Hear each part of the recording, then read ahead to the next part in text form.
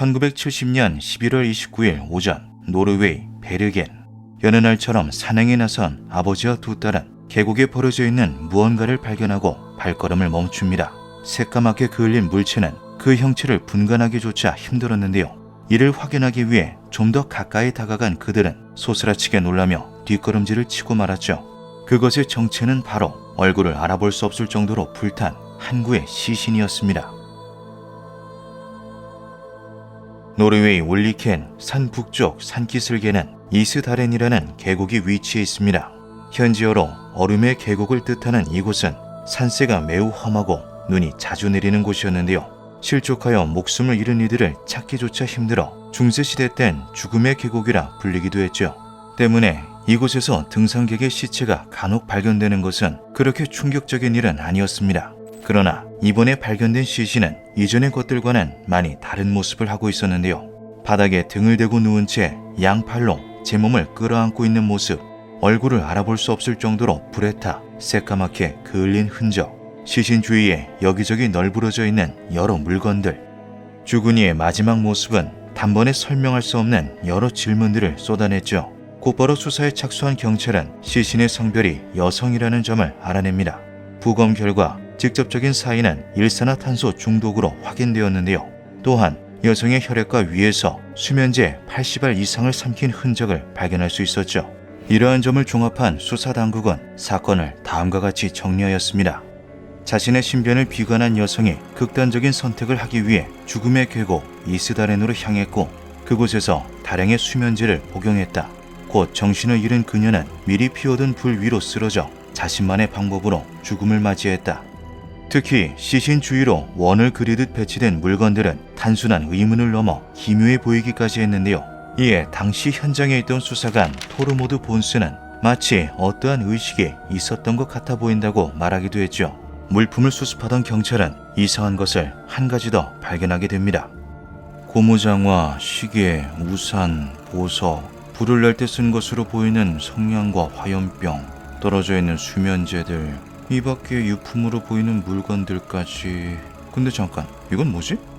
기이하게도 시신을 에워싼 물건들의 라벨이 전부 제거된 상태였던 건데요. 단순히 라벨을 떼어낸 것도 모자라 조그마한 로고 하나까지 억지로 긁어낸 자국이 역력했죠. 여성의 시신이 수습된 지 3일이 지난 12월 2일 베르겐의 한 기차역에서 여성의 것으로 추정되는 2개의 여행 가방이 추가로 발견됩니다. 그 안에는 그녀의 지문이 묻은 안경과 습진 크림, 도이치마르크 지폐 100마르크권 5장을 비롯해 유럽 내 각 나라별 동전, 암호로 보이는 기호와 숫자가 뒤죽박죽 적혀있는 메모장 한 권, 그 외 각종 가발과 옷들이 들어있었는데요. 역시 물건의 구입처를 확인할 수 있는 그 어떤 식별 정보도 남아있지 않았죠. 사건에 큰 진척을 가져올 수 있는 지문이 확보되었음에 안도한 경찰은 재빨리 조회를 시도해 보았습니다. 하지만 그녀와 일치하는 신원 정보는 전혀 존재하지 않았는데요. 점차 증폭되어가는 의구심에 수사당국은 이 사건이 단순 짤이 아닐 것이라 추측하기 시작했죠. 경찰은 여성이 남긴 유일한 단서라고 할 수 있는 메모장을 토대로 수사에 박차를 가했습니다. 장시간의 해독을 거쳐 밝혀진 메모장 속 암호들은 그녀가 머물렀던 도시와 체류한 날짜로 추정할 수 있었는데요. 예를 들어 522, 528, P라고 적힌 부분은 그녀가 파리에서 머물렀던 날짜인 10월 22일부터 10월 28일까지를 나타낸다고 볼 수 있었죠.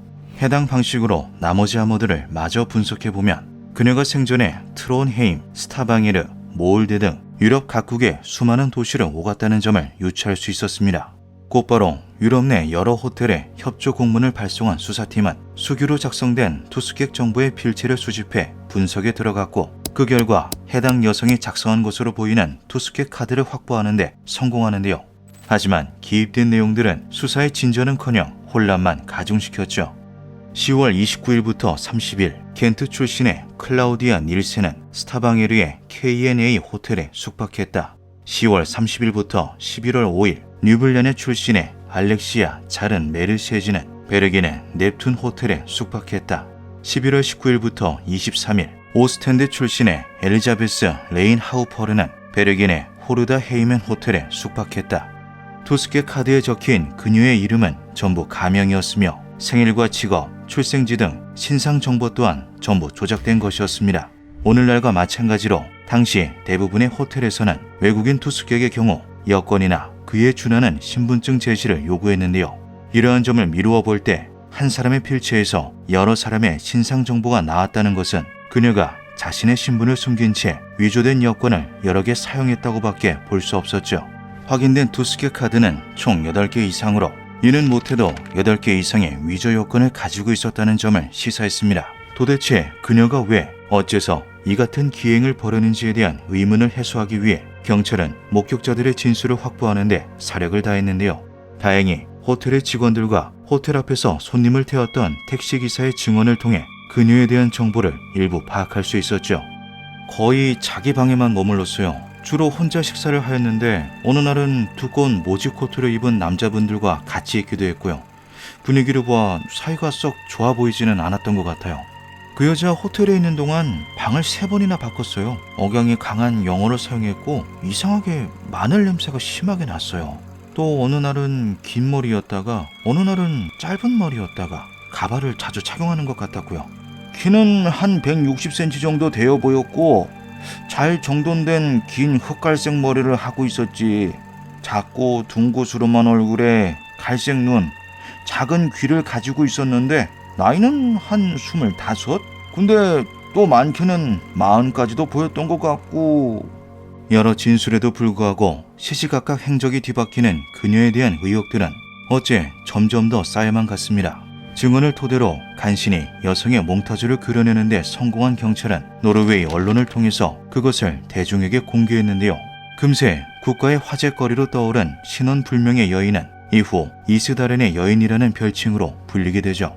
하지만 사건에 대한 추가적인 목격담이나 증언은 나오지 않았고 그녀의 신원을 특정할 만한 단서도 발견되지 않았습니다. 결국 1971년 2월 이스다렌의 여인 사건은 원인 불명으로 마무리될 수밖에 없었는데요. 같은 달 5일 이름 없는 여인의 소박한 장례식이 치루어졌죠. 한때 노르웨이 전역을 떠들썩하게 했던 이스다렌의 여인은 오랜 시간이 지나며 점차 사람들의 기억 속에서 희미해져 갔습니다.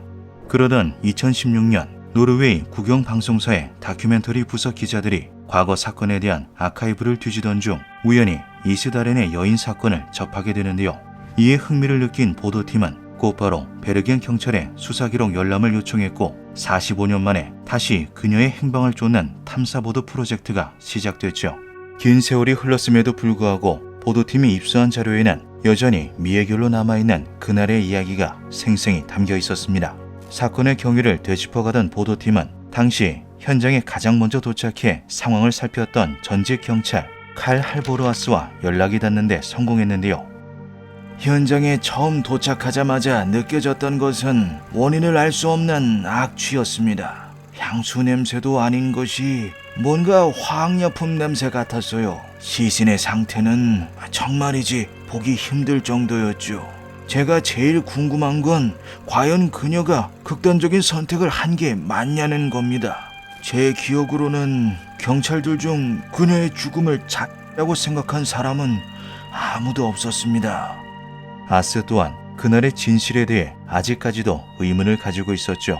이후 프로젝트가 진행됨에 따라 사건에 대한 본격적인 재수사가 이루어졌고 2018년에는 영국 BBC와 협력하여 팟캐스트 방송이 시작되며 이스다렌의 여인은 국제적인 관심을 받게 됩니다.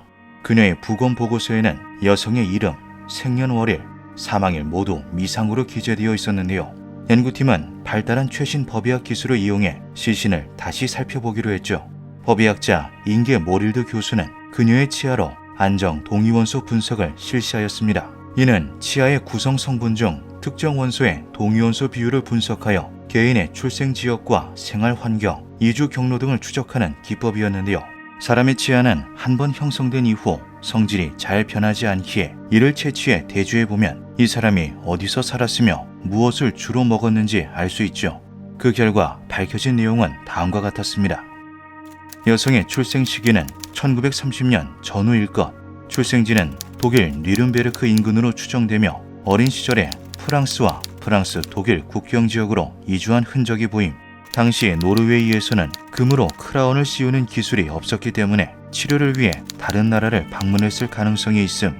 그러나 치과 치료 정황 하나만으론 그렇게 많은 나라들을 오갔다는 것, 위조 여권과 가명을 사용했다는 것, 본인을 추적할 만한 단 하나의 단서도 남겨두지 않은 채 불에 타 죽었는 것 등 기존의 의문점들은 여전히 풀어낼 수 없었는데요.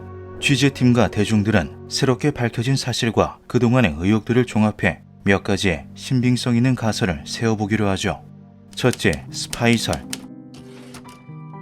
1970년대는 냉전이 절정에 달했던 시기로 각국의 특파된 첩보원들의 활동이 두드러지던 때였습니다. 당시 노르웨이는 나토의 회원국이었으며 베르게는 군사통신시설을 비롯해 각종 군사기지들이 위치했던 곳이기도 했는데요. 그녀가 각 나라의 호텔에 머물며 여러 가명을 사용했다는 점, 물건의 구입처를 통한 추적이 불가능하도록 라벨을 전부 제거했던 점, 가발과 의상을 이용해 외형을 자주 바꾸었다는 점을 미루어 볼 때 이는 일반적인 여행객이 아닌 적진에 침투한 전형적인 스파이의 모습이라는 것이었죠. 나는 소련의 정보 당국으로부터 파견된 비공식 요원이다. 내 임무는 나토 회원국인 노르웨이의 군사시설을 감시하고 베르겐 인근 해군 통신기지의 활동을 관찰하여 보고하는 것이다. 수집한 정보는 매주 중간 거점에서 암호화해 송신한다.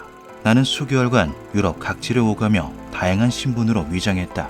매 호텔마다 다른 여권을 제시했고 혹시 모를 추적을 피하기 위해 소지품의 라벨은 모두 제거했다. 하지만 나는 작전 중 치명적인 실수를 범하고 말았다. 결국 신분마저 노출되고 말았고 당국은 나를 위험요원으로 분류했다. 1970년 11월 29일 간부들과 함께 이스다렌으로 가게 되었다. 그들이 날 이곳으로 끌고 온 것은 나의 죽음을 위장하기 위해서겠지. 내가 할 수 있는 것은 이제 아무것도 없다. 정신이 혼미해지는 가운데 생전 느껴보지 못한 뜨거운 불길이 내 몸을 휘감았다. 비명소리조차 지를 수 없었고 그렇게 나는 치호를 맞이했다. 물론 그녀를 스파이라고 단정짓기에는 첩보 활동으로 의심되는 정황이나 증거 기록이 발견되지 않아 어디까지나 가설 중 하나일 뿐이었습니다. 몇몇 이들은 그녀가 정신적으로 매우 불안정한 인물이었을 수도 있다고 말하였는데요. 심각한 강박증을 비롯하여 망상증, 조현병 등을 앓고 있었다는 것이죠. 쫓기는 생활도 이제 지긋지긋하다. 이 모든 것의 시작은 그날부터였다. 유럽 곳곳을 여행하던 중 우연히 마주친 옛 유적지. 보자마자 가슴 한켠이 뭉클해지며 깨달았다. 나는 사실 잊혀진 고대 왕국의 후손이라는 것을. 각성한 이후부터 누군가 나를 감시하는 듯한 시선이 느껴졌다. 오래전 나의 왕국을 멸망시킨 그들의 후예겠지. 추적을 피하기 위해서 가지고 있는 물건들의 라벨을 전부 떼어내고 호텔을 방문할 때도 본래 이름이 아닌 가명을 사용했다. 너무 불안해서 잠도 오지 않았다. 수면제를 타기 위해 방문한 병원에서는 뜬금없이 입원을 권유했다. 이 작자도 그놈들과 한패인가? 안 돼. 더 멀리 달아나야겠어. 나는 곧바로 이스다렌으로 향했다. 내 속에 흐르는 고대 왕실의 피와 수천 년의 비밀들, 이 모든 것을 그들이 알아선 안 돼. 그래, 내가 죽으면 그것들을 간직할 수 있을 거야. 고통은 잠깐이겠지만 비밀은 영원하겠지. 과연 그녀는 정말 노르웨이에 침투한 스파이였을까요? 아니면 정신병을 앓고 있던 여성이 스스로 만든 해프닝이었던 걸까요? 그날의 진실은 55년이 지난 지금까지도 밝혀지지 않고 있습니다. 기묘한 밤이었습니다.